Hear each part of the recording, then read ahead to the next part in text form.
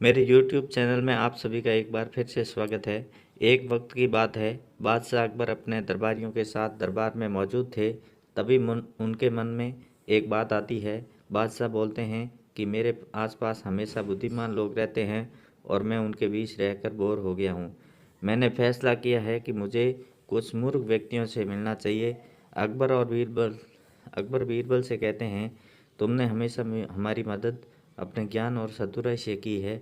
हम चाहते हैं कि इस बार भी तुम ऐसा ही कुछ करो और हमारे दिए सब मूर्ख व्यक्ति ढूंढ कर लाओ। बीरबल, जी जहाँ पनाह, मैं आपके लिए 6 मूर्ख व्यक्ति जरूर ढूंढ कर लाऊंगा।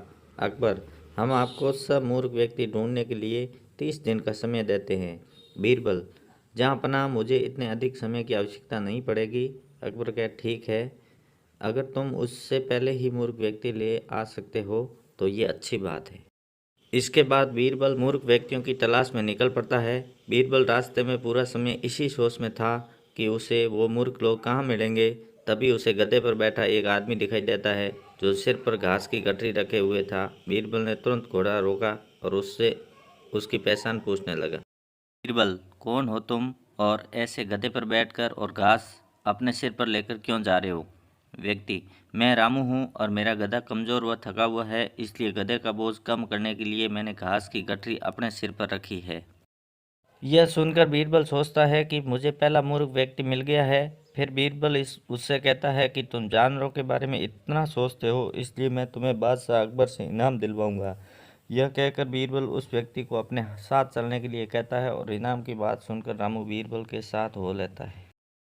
बीरबल और रामू कुछ दूर चले ही थे कि बीरबल को दो व्यक्ति आपस में लड़ाई करते हुए दिखाई दिए।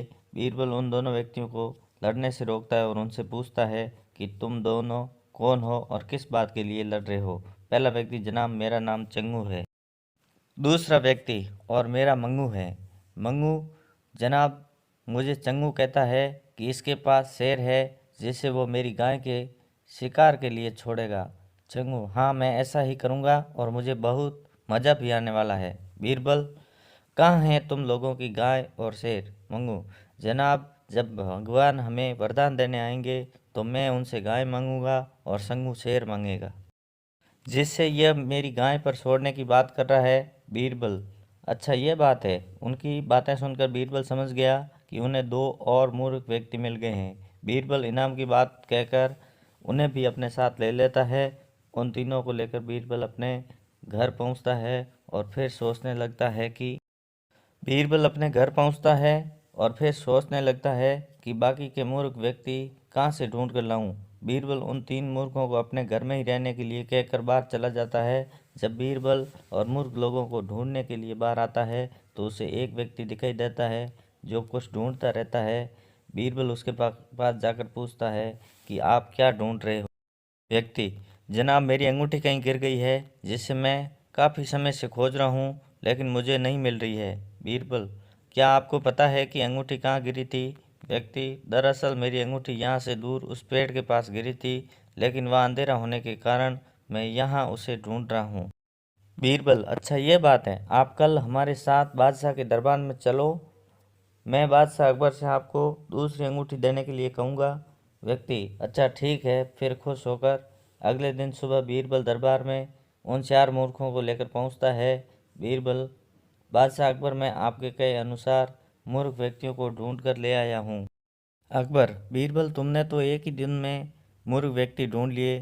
क्या हमारे राज्य में मूर्खों की संख्या अधिक है और तुम यकीन के साथ कैसे कह सकते हो कि ये व्यक्ति मूर्ख है? बीरबल ने बादशाह से सारी बातें बताई। फिर अकबर कहते हैं कि ये तो केवल चार ही लोग हैं, बाकी के दो मूर्ख कहाँ हैं? बीरबल, जहाँ पना यहाँ पर सब मूर्ख है। अकबर, यहाँ कहाँ है और कौन है हमें भी बताओ। बीरबल, जहाँ पना एक तो मैं स्वयं हूँ। अकबर, तुम मूर्ख कैसे हुए? बीरबल, मैं इसलिए मूर्ख हूँ क्योंकि मैं इन मूर्खों को खोज कर लाया हूँ। अकबर, फिर अकबर हंसने लगता है और कहता है कि मैं समझ गया कि दूसरा मूर्ख कौन है, पर मैं तुमसे सुनना चाहता हूँ।